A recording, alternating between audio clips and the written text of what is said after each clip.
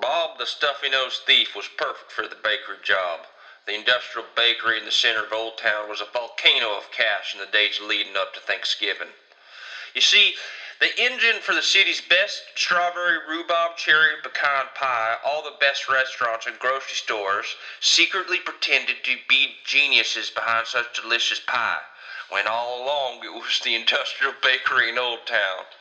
The head baker and owner was an old man from the old world who lived through the Great Depression, and he did not believe in banks. He believed in cash. And when it was Thanksgiving, his wholesale bakery was bursting with it. Cash, that is. The old man had laid many a pie-laden traps for any would-be thieves of his bakery. Many a sticky-fingered bandit had fell prey to his heavenly, divine, otherworldly, overwhelmingly addicted, sugar-laden security ploys.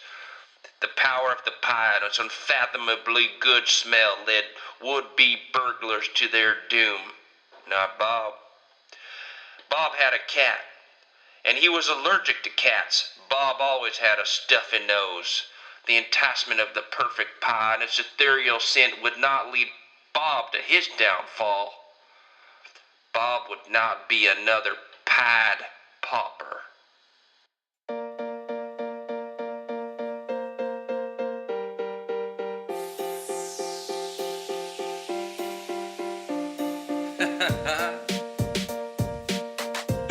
Yeah.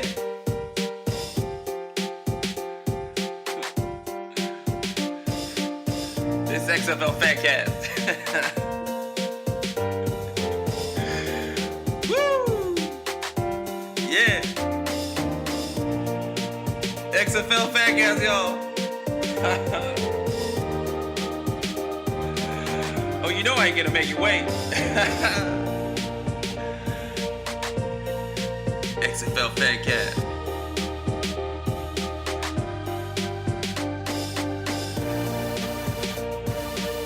Let's get on with the show. XFL Fancast. Now.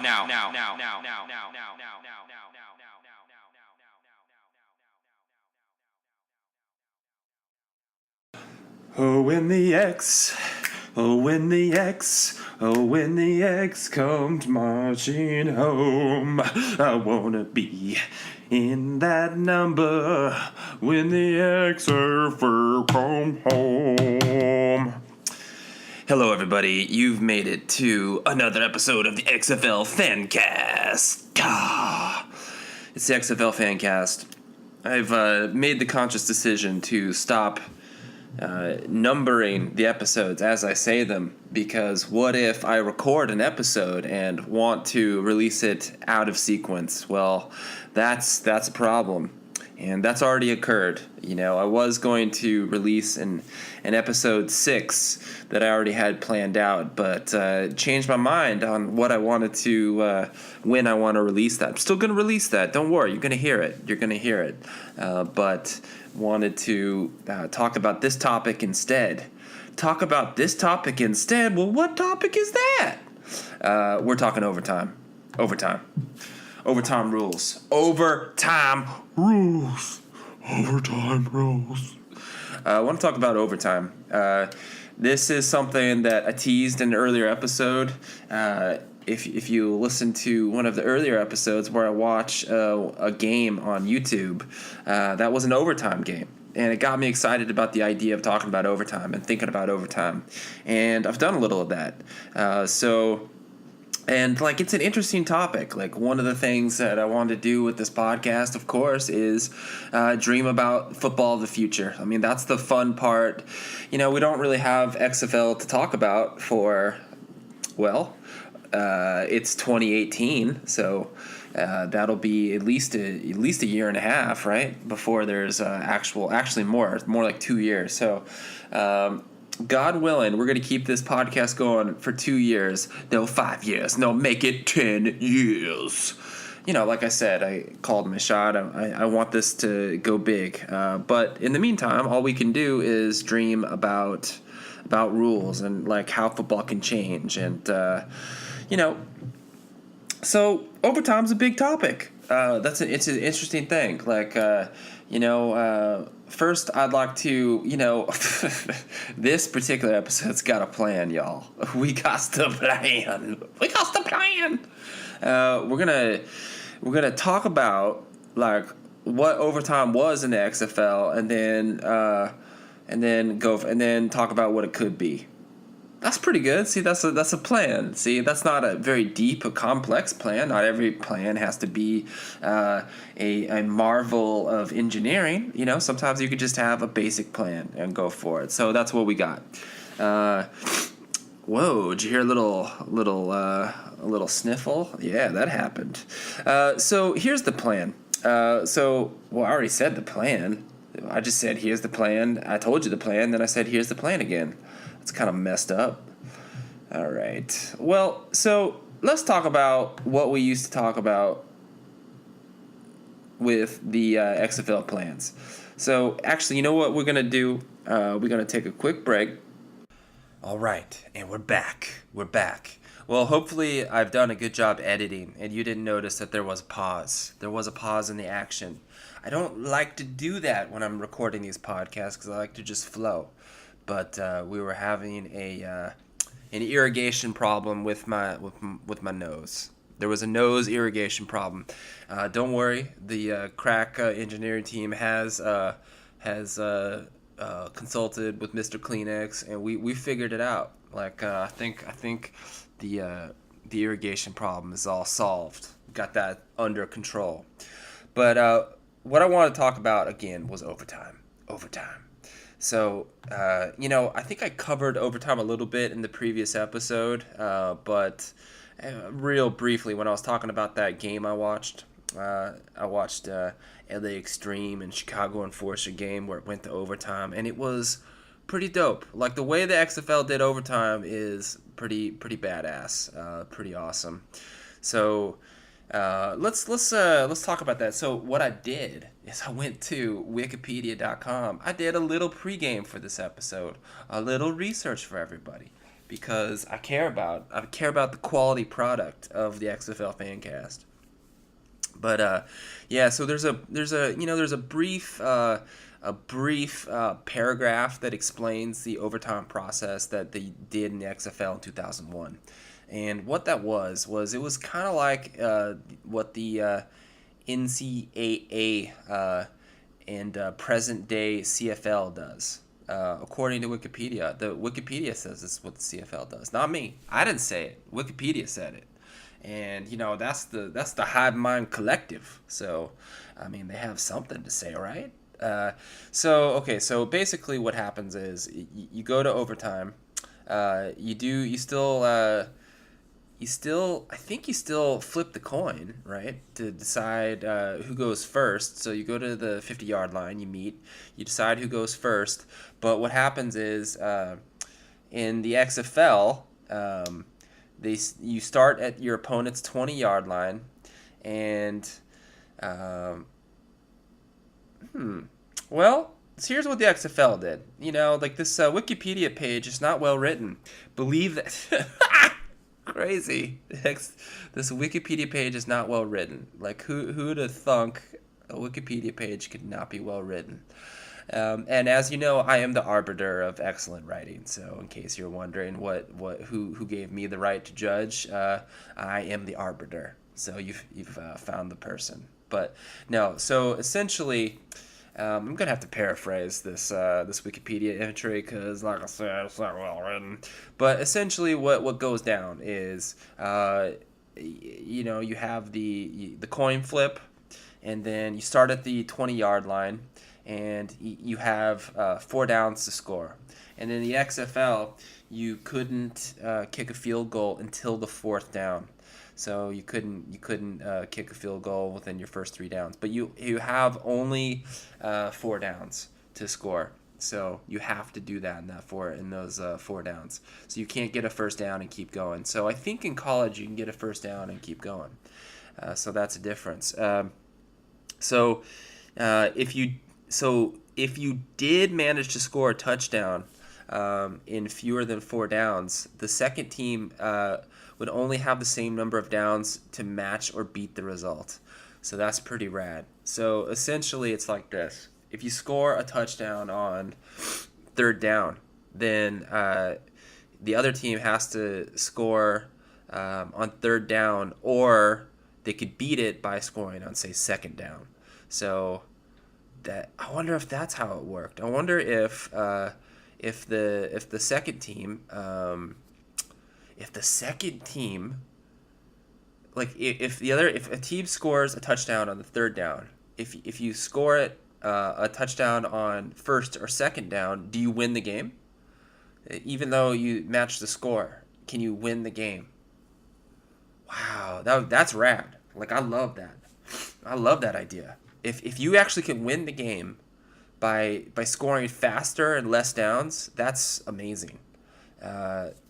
We need to do a little more research, see if that in fact was the case. That's really rad. Like, imagine if that was the case, because that puts so much pressure.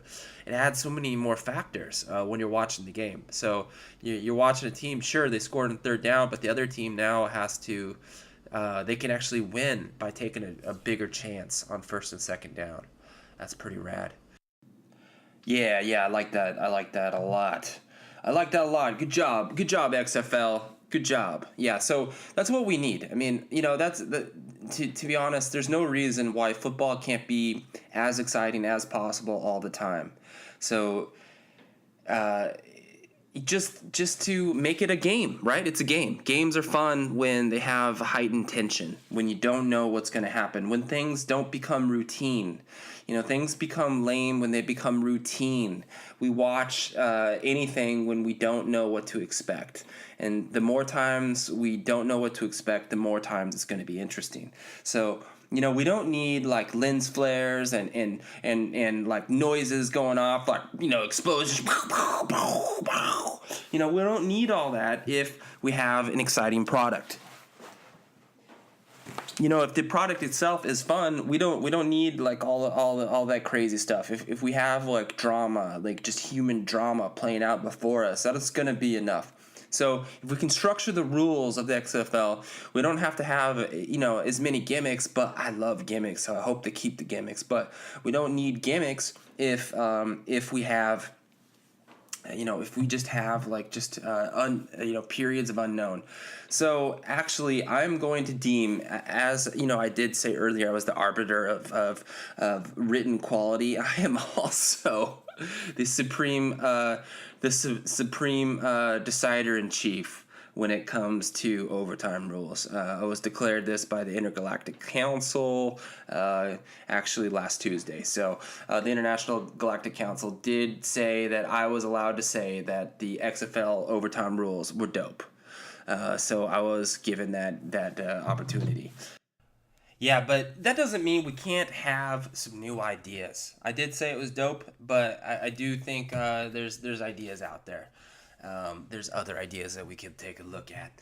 My main thing, though, is when we look at what we do in the other football league right now, what they do in the NFL, and when it comes to overtime, like the big thing the NFL did was a few years back, they instituted that rule where if you score a touchdown on the first possession, then the game's over. In fact, I remember very clearly and specifically the year that rule went in, and that must have been 2011, because that was the Tim Tebow year with the Denver Broncos, because I'm a Bronco fan. I think I've covered that. I'm a Bronco fan. I'm a big Tim Tebow fan, but you'll recall, if you're a huge football fan, that at the time, it's going to be awesome, by the way, when you can say you're a football fan. It doesn't mean you're an NFL fan. Like, that day is coming, and I can't wait for it, because we need more competition. But that's a side point. But I'm talking about the Tim Tebow game. And I might save like my full recollection of the Tim Tebow year for a Tim Tebow episode, which I think we need to have. But essentially, they were playing the Pittsburgh Steelers, and the game went into overtime, and Tim Tebow threw a slant over the middle, and Demaryius Thomas took it all the way to the house, ran about maybe 80 yards. I think they were on the 20-yard line. So I think he ran the full 80 yards, scored a touchdown. The game was over. So that was the first time in the NFL history, I believe, that both teams didn't get the ball in overtime, or that the game was over just based off of you know no. I'm misremembering. What happened was prior in the NFL it was kind of sudden death. So if you scored even a field goal, then the game was over. So whoever got the ball first and whoever scored first won the game. So the NFL thought it wasn't great. That system wasn't great because a team can kind of just get the ball and move it 30 yards, kick a field goal, and the game's over. And they thought, okay, that's lame, because it was. It was super lame. So that wasn't fun. So what they ended up doing was they wanted to have a chance for both teams to have the ball. So that was the new rule: is both teams get the ball unless the first team scores a touchdown, then the game's over. And so that was like there was going to be the inaugural run of the new overtime rules in NFL in the Tim Tebow game, and it was going to be the first time we ever saw both teams get the ball. That was real exciting. We were going to see it for the first time. But, of course, Tim Tebow is a miracle worker, and we didn't get to see that because they scored a touchdown, so therefore that rule was null and void. However, the other football league was onto something that day. It is cool that both teams get the ball. You don't want to make it so lame. I mean, sudden death sounds good because that's awesome, like sudden death. Like, sudden death sounds cool, and it was a decent movie with Jean-Claude Van Damme in the 90s. Is that Jean-Claude Van Damme? Yeah, who was it? I think that was like a movie where he plots he foils a terrorist plot to blow up a hockey game, I believe. Yeah, not bad. So again, sudden death sounds good, but it's not necessarily super entertaining when you're watching a game and it's you have this crazy game. It's tooth and nail. You go to overtime and it's just it's like whoever gets lucky enough to win the coin toss and can move the ball 30 yards wins the game. That was anticlimactic, and I remember growing up and thinking that was lame, and it was lame. So that was something the NFL did right, which means they're onto something when it comes to having both sides get the ball. And college even takes it a step up when both teams, I believe, get the ball in college. They start at the 25-yard line and they have to score, just like they have to score on 4 downs, I think. Just like the XFL did, but I think the college does it at the 25-yard line. So there really is something cool about having the teams both get the ball. Like, that's exciting. But it can be even crazier. And the thing is when we're talking about the XFL and new rules, like, why can't we let them know that we want something even more innovative than having both teams get the ball? Why can't it, actually, I think what the XFL did in 2001 was very innovative, especially at the time. But we're rebooting in 2020. Why can't we, change it up even one more level? I was thinking about this. I did a little research. I went into the forums, and I was looking at see if anyone had some really outside the box ideas when it came to overtime rules. And and I'm not saying I read every forum, but the ones I did read didn't really have that innovative of ideas. And so I thought about it myself a little bit, and just really thinking outside the box, like, how could we switch it up to even take it to that next level, like do something new when it comes to football and overtime rules. And I came up with a couple ideas. So one thing we can do is we can make it almost like a different game when it comes to overtime. So it's not like we're not doing the old XFL rule, which actually I do support, and I would be a fan if it comes back. But it's still the same game. You start at it's a little artificial when it comes to, okay, you have only 4 downs, and the down consideration is different. And like I said earlier, that's pretty cool. But we could really mix it up We can make it like a skills competition where we can take some of the most exciting plays in football and make a game out of it. And for example, like to me, one of my favorite plays in all of football is the 50-yard bomb. Is like the maybe not the 50-yard, but like a long pass, the bomb, right? Throw the bomb. Like I love that play. Like I can watch it all the time. You know who was the best at that? Like the best I ever saw in my life was Randy Moss. Like Randy Moss, like somehow could get open on those like deep routes and like make the most amazing catches. Like that guy was an amazing guy. He was also notoriously lazy. Like the man, if he wasn't in the route, like might take a stroll to the grocery store. But if he was in the play, like he was on it. I've never actually seen a player like more like aggressively competitive when it was his turn, or like the laziest guy you ever saw. Like you could watch him in plays, and like if it was a run play, you've never seen a wide receiver take it off like in more starker terms than Randy Moss.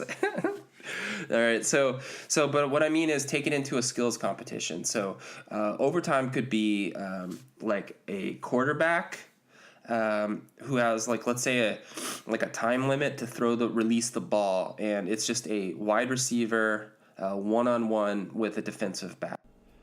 And it's just to see if the offensive player catches the ball, then there's a touchdown scored, and then the overtime is over, or the defender successfully defends it. And I guess we'll have to have a rule if there's pass interference. Well, then if there's pass interference, then the offensive team perhaps gets to do a redo, and it's closer. Maybe now it's on the 5-yard line instead of the like it starts on, say, the 40-yard line or something, or maybe it starts at the 20-yard. We could put our heads together and come up with an idea. But lots of other sports do this one-on-one skill competition idea. They do this in soccer, they do this in hockey. This is how overtime is decided in those sports, and I don't know why we couldn't do that. Like, why don't we just turn overtime into a different game, separate and apart? If you couldn't get it done in regulation, why can't we turn it into something different in overtime to settle the game? Because obviously, you couldn't settle it in the normal allotted time. So that was one idea.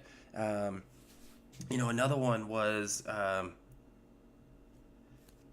you could you could do it like a return game, like a special return game where you kick it off to a returner, or actually let's not even maybe you just the return, like someone with the ball starts in their hand, and it's just he has to make it through a gauntlet of 4 other players that are staggered across the football field that have to tackle him.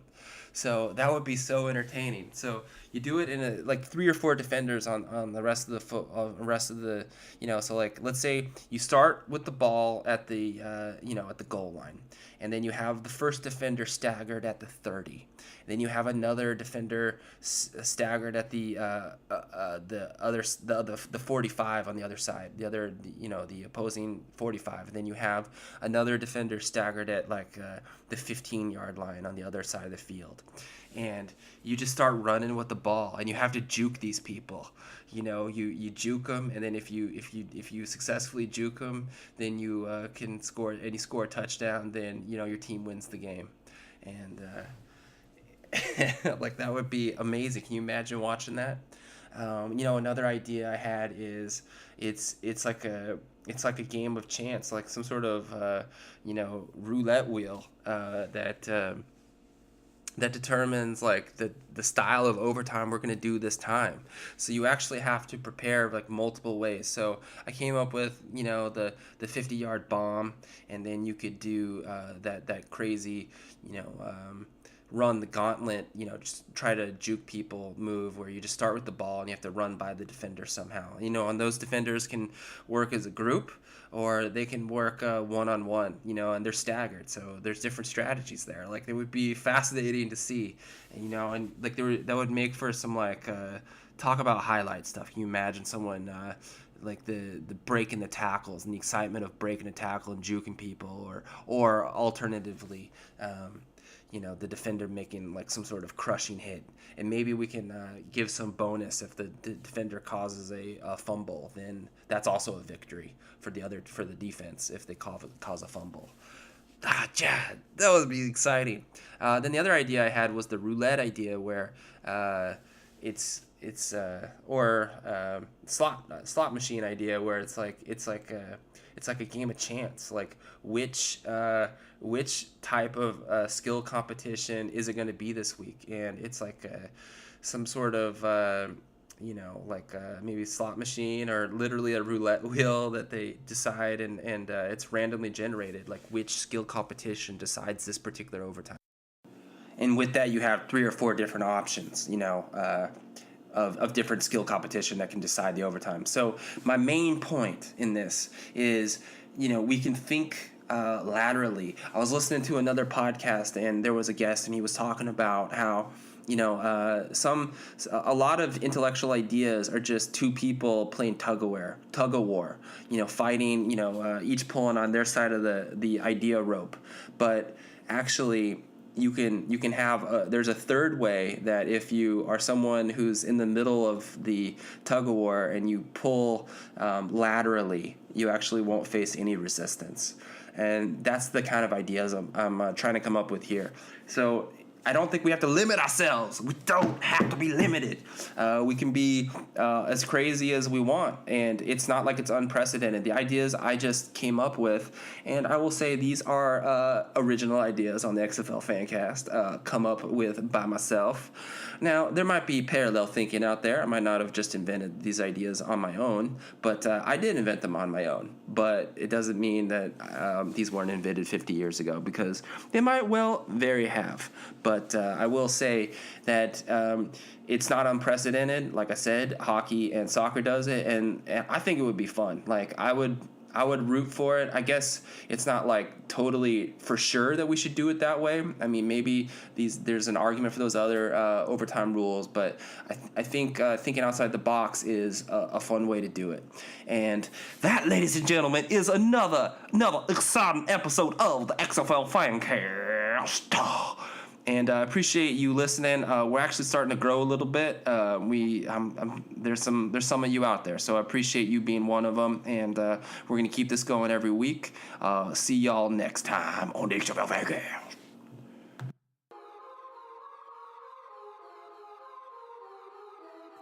That was another edition of the XFL Fancast with your host, Seven Morgan. Please reach out to us, communicate with us via Twitter at XFL Fancast, at XFL Fancast on Twitter, via email, xflfancast@gmail.com, xflfancast@gmail.com, and please rate and subscribe. Thank you once again for listening to the XFL Fancast.